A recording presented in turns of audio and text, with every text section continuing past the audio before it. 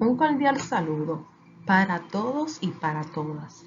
En el día de hoy vamos a estar trabajando con el siguiente tema, el cual es principales problemas contemporáneos de América. Las integrantes de esta presentación son Celeste Ramos, Rutan Bryson, Yulibel Reyes y Leslie Díaz. Cada día en la radio, en la televisión, en las redes sociales, en internet, hablan de los graves problemas actuales de la sociedad como el hambre, los conflictos, el racismo o la violencia de género. Son problemas que nos preocupan y sobre los que podemos actuar incluso con una pequeña contribución que sumada a la de todos los demás pueden cambiar las cosas. Los problemas que vamos a presentar a continuación se han presentado en América y los datos que vamos a ofrecer son extraídos de la misma.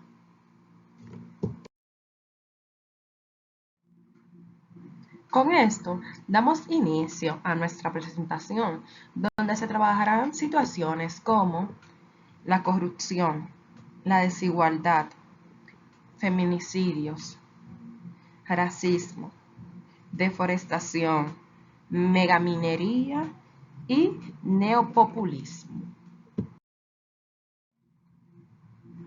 El neopopulismo es un fenómeno de primer orden en el escenario político de América. Se instauró como una nueva forma de representación e identificación política gracias a la paulatina deslegislación de las instituciones políticas tradicionales. La crisis de representación, la debilidad del régimen democrático y el desmonte del modelo del Estado protector posibilitó el resurgimiento de los líderes populistas, que apoyados en su carisma personal se presentaron como los salvadores de la nación y hombres providenciales, restituidores del orden perdido. Esta primera generación de neopopulistas llegó al poder después del largo periodo de las dictaduras latinoamericanas, del fin de la Guerra Fría y del desmoronamiento del bloque comunista de Europa del Este. Al culminar estos eventos, se especuló inocentemente que un periodo de estabilidad político inundaría la región, pues con el triunfo del capitalismo occidental quedaba el camino expedito para que el credo neopoliberal no solo promoviera la prosperidad económica, sino el fortalecimiento de las democracias liberales. Podemos señalar que el populismo en América Latina se ha convertido en un rasgo característico de su cultura política, es decir, que no ha desaparecido, sino que ha transformado y ha adquirido nuevos rasgos que le permiten adaptarse a los nuevos escenarios históricos políticos, sin dejar de lado, por supuesto, los atributos que conceptualmente lo delimitan. Para sostener esta afirmación hemos diseñado tres rutas. En la primera presentaremos un despliegue teórico de la transformación del populismo al neopopulismo. En la segunda se puede exhibir algunos ejemplos de casos neopopulistas como el surgimiento del poder y por último mostraremos la relación entre el populismo y la democracia liberal en el juego que el sistema político impone actualmente. Los populismos en la región estuvieron desde los años 30 como centros primordiales a las ciudades, donde los procesos de industrialización, modernización y los problemas apropiados de la urbanización conjugaron elementos que posibilitaron su consolidación. La larga aventura populista latinoamericana parecía terminar, pues el fracaso de los líderes y gobiernos de corte populista para consolidar las reformas que habían planeado hicieron colapsar este tipo de proyectos. A pesar del contexto hostil al menos en apariencia, para los populismos tradicionales.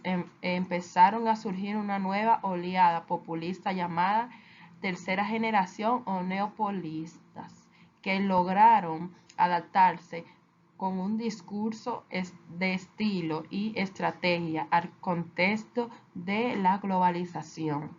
Los líderes neopopulistas se presentaron a la vez como personificaciones del orden, de la capacidad de gobernar y de tomar decisiones, como protectores paternales del pueblo, velando por sus representados, a quienes protegen del rigor de los economistas y los técnicos, que en algunos casos ellos mismos llegaban al poder, y frente a un mundo descarnado e insensible a los sufrimientos humanos, a las sociedades donde la competencia y desigualdades del mercado han sido agudizados, generalizando la sensación de incertidumbre e inseguridad personal. La crisis que afrontaba el sistema democrático latinoamericano desde los años 90 propició la emergencia y el despliegue de un discurso con rasgo populista en cuanto a la acción política, que prometía no solo asegurar la crisis por la que atravesaban las naciones, sino además satisfacer las demandas de los diferentes sectores sociales. Los líderes neopopulistas sustituyeron las formas tradicionales de representación política por unas nuevas imágenes de identificación que se acomodaban al escenario planeado por la globalización y se consolidaron a partir de su carisma personal, pues el líder proyecta una nueva imagen que personifica el orden y las soluciones para los males, puestos que se autopresentaban por la mejor opción. Ahora vamos a estar hablando acerca de la megaminería. Con su abundancia y variedad de minerales, América Latina atrae gran parte de la inversión y la explotación a nivel mundial. De acuerdo con los datos de la CEPLA, Chile es el principal producto del cobre, Brasil el tesorero del hierro, México el mayor producto de plata y Perú está entre los primeros de plata, cobre, oro y plomo. En la región se encuentran además el 61% de las reservas de litio. América Latina, riqueza minera y conflicto social. Brasil, Chile, México y Perú concentran el 81% de la explotación de minerales y metales de la región. Ahí, donde hay una minería casi invariable, surgen grandes conflictos. Según la CEPLA, América Latina es la zona con más conflictos sociales de la explotación minera. La falta de apoyo de las comunidades locales a los proyectos mineros es un gran hecho inevitable y también es uno de los problemas más graves que afectan a las empresas mineras de la región. Entre los recursos mineros de América Latina podemos encontrar lo que es la falta de apoyo de las comunidades locales a los proyectos mineros. Es un hecho invariable y también es uno de los problemas más graves que afecta a las empresas mineras en la región. La bauxita y la plata. También encontramos lo que es el zinc, alumina, níquel bolindeano, cobre, entre otros. Ahora vamos a estar hablando acerca de lo que es el racismo. El racismo, en sentido estricto, es una doctrina científica, fenomenológica, que afirma las decisiones genéticas y biológicas de la inteligencia individual y las habilidades morales, y divide relacionadas de la inteligencia y la moral. El racismo contra los afrodescendientes se ha promovido en plataformas digitales.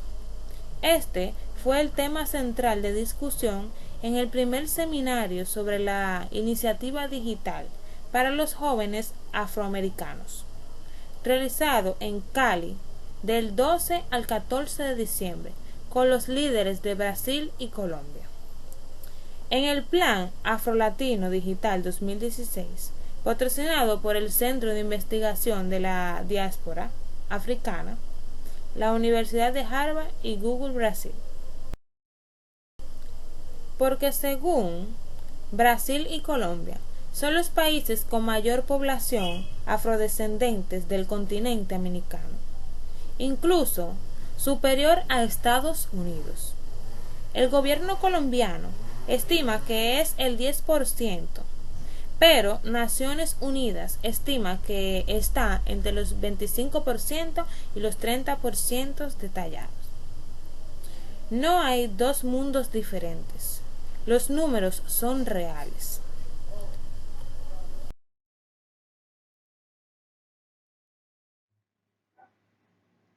Para continuar con los problemas contemporáneos que se presentan en todos los países del continente americano, hablaremos sobre el feminicidio.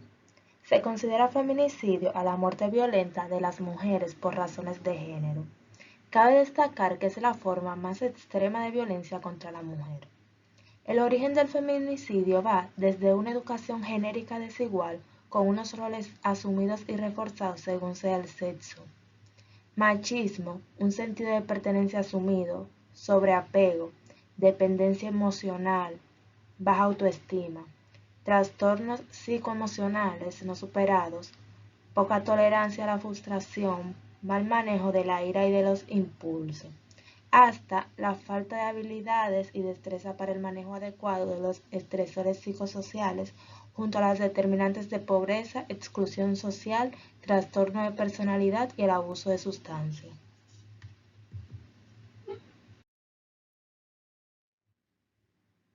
Los números indican que los países con más altas tasas de feminicidio son El Salvador con un 3.3%, Honduras con un 6.2%, Bolivia con un 2.1% y la República Dominicana con un 2.7%.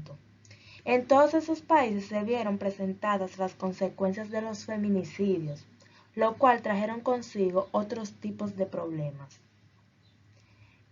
Entre dichas consecuencias están la de muerte en mujeres de edad productiva, traumas en las familias, cientos de niños y niñas huérfanos, quedando afectados de por vida en sus emociones, afectividad y en su forma de pensar. Legitimación de un aprendizaje social del que ama, controla, maltrata y produce muerte en un nombre del amor. Cultura de violencia aprendida, depresión, estrés postraumático, pobre expectativa de la vida en pareja y familia como un proyecto social. Todo esto son consecuencias del feminicidio.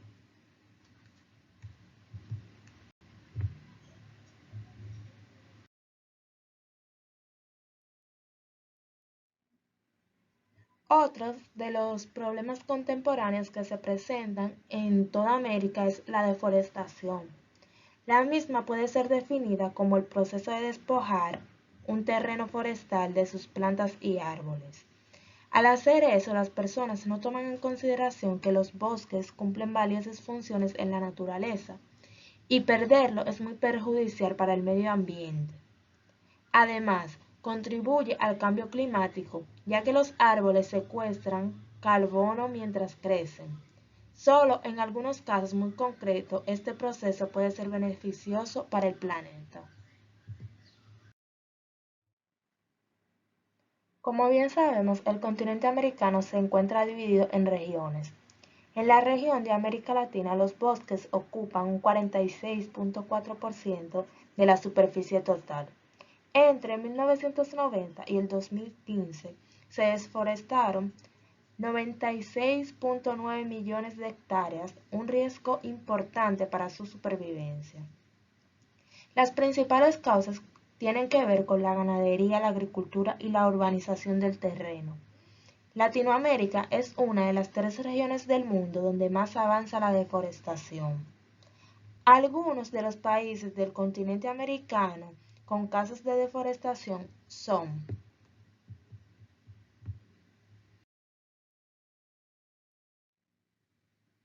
Argentina. Poseen el Gran Chaco americano, que se distribuye entre Argentina, Paraguay, Bolivia y Brasil, y es la segunda superficie boscosa más grande del continente, después del Amazonia. Dicho territorio cuenta con 1.140.000 kilómetros cuadrados. En Argentina, el 80% de la deforestación se concentra en 4 provincias del norte, que forman parte del Gran Chaco. Estas son Santiago del Estero, Salta Famosa y Chaco. En este país ya se perdió más del 30% de los bosques chaqueños. Como pueden ver en estas imágenes se ve un antes y un después de dicho bosque.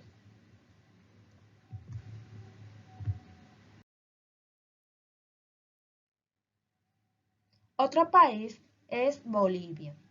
En él alberga el 6% de la selva amazónica. Los incendios forestales fueron la principal causa. Esto contribuyó a que el país se ubique en el 4º lugar a nivel mundial de naciones con mayor pérdida de bosques. Se resalta que este país perdió alrededor de 290.000 hectáreas de bosques primarios. Una de las regiones más afectadas por la deforestación en Bolivia es la Chiquitanía, en especial la provincia de Santa Cruz, epicentro de la agricultura a gran escala en el país altoandino.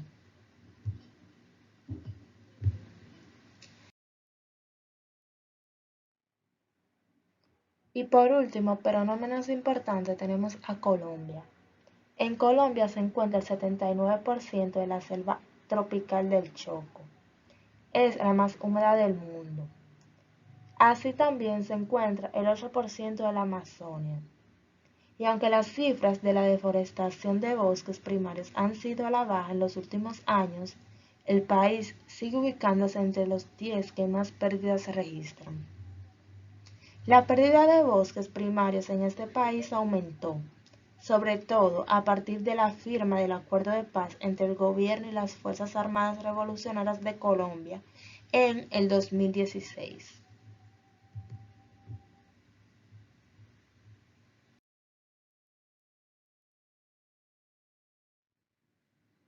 Cabe destacar que los países mencionados con anterioridad solo son algunos de los que sufren de deforestación. Existen más, lógicamente. Es importante traer a colación las consecuencias generales producidas por dichas deforestaciones y decir que no fueron mínimas. Entre esas se encuentran la pérdida de recursos forestales, de servicios ambientales y de biodiversidad y ecosistemas, la desertificación o erosión, la contribución al cambio climático y el calentamiento global, los fenómenos naturales y el debilitamiento de la calidad de vida.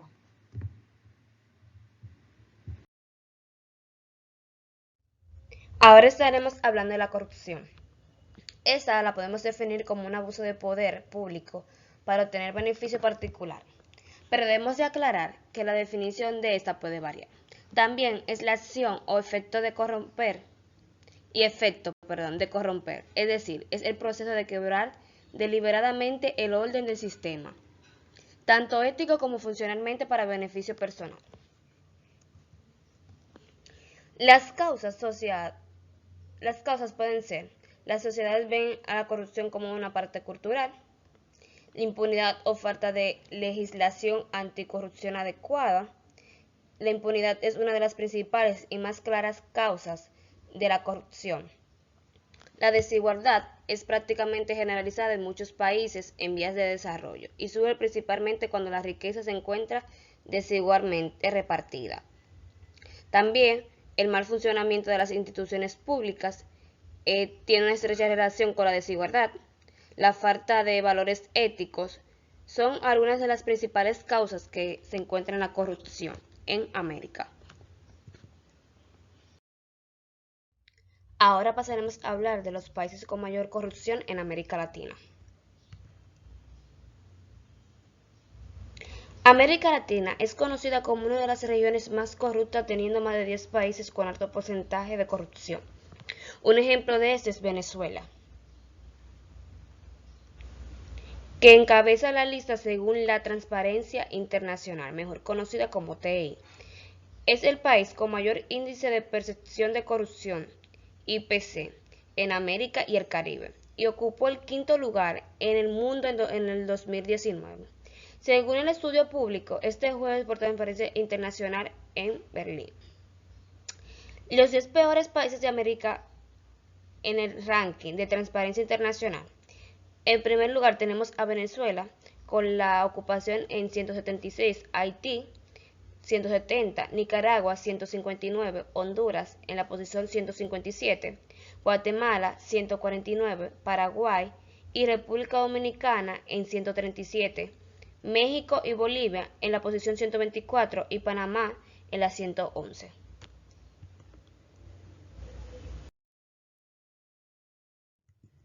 La desigualdad hace referencia a la falta de equidad, equilibrio o igualdad entre dos o más personas, cosas, hechos o realidades. En ese sentido, puede relacionarse con cuestiones sociales de las cuales se ocupa la disciplina de la sociología. La gran causa de la desigualdad en América Latina es la heterogeneidad estructural, y ese es el continente más desigual del mundo. La riqueza está concentrada en unas pocas manos o en pocas empresas que generan PIB, pero no igualdad. Afirma la responsabilidad de la Comisión Económica para América Latina y el Caribe, CEPAL. Algunas de las causas son corrupción y escasa capacidad del Estado para relacionar los problemas. El principal motivo que ha generado la desigualdad social es la corrupción de los gobiernos. Sistemas fiscales injustos. En algunos países son los más pobres que tienen a sus espaldas el pago de impuestos elevados, los cuales escapan en ocasiones de su presupuesto. El crecimiento demográfico también es una causa, ya que el aumento de la población en otras afecta lo que es la desigualdad por un lado, mientras más nacimientos se produzcan en zonas vulnerables, seguramente aumentará la cantidad de personas en situación de pobreza. El desempleo y el subempleo es otro factor que genera la desigualdad social. El desempleo afecta principalmente a la juventud, que enfrenta grandes dificultades para su acceso al mercado de trabajo. La distribución injusta de la tierra. En la mayoría de los países, la mayor cantidad de tierra está en manos de los ricos y poderosos. El acceso desigual al capital, conocimiento y tecnología, la privatización de los servicios públicos, prejuicios sociales, impunidad al no aplicar las leyes por igual, conflictos internos, entre otros.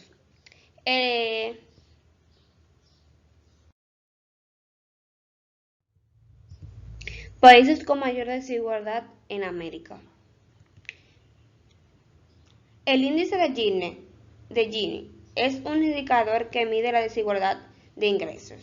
Y este nos dice que mientras más alejado se encuentra del cero, mayor es la desigualdad que posee un país. A principios del 2020, Brasil ocupaba el primer lugar.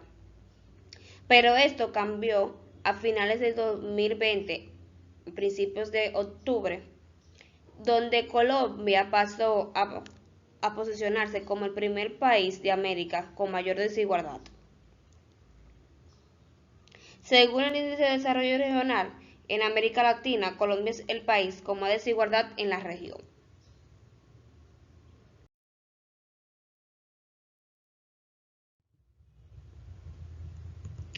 Gracias por su atención. Hasta la próxima.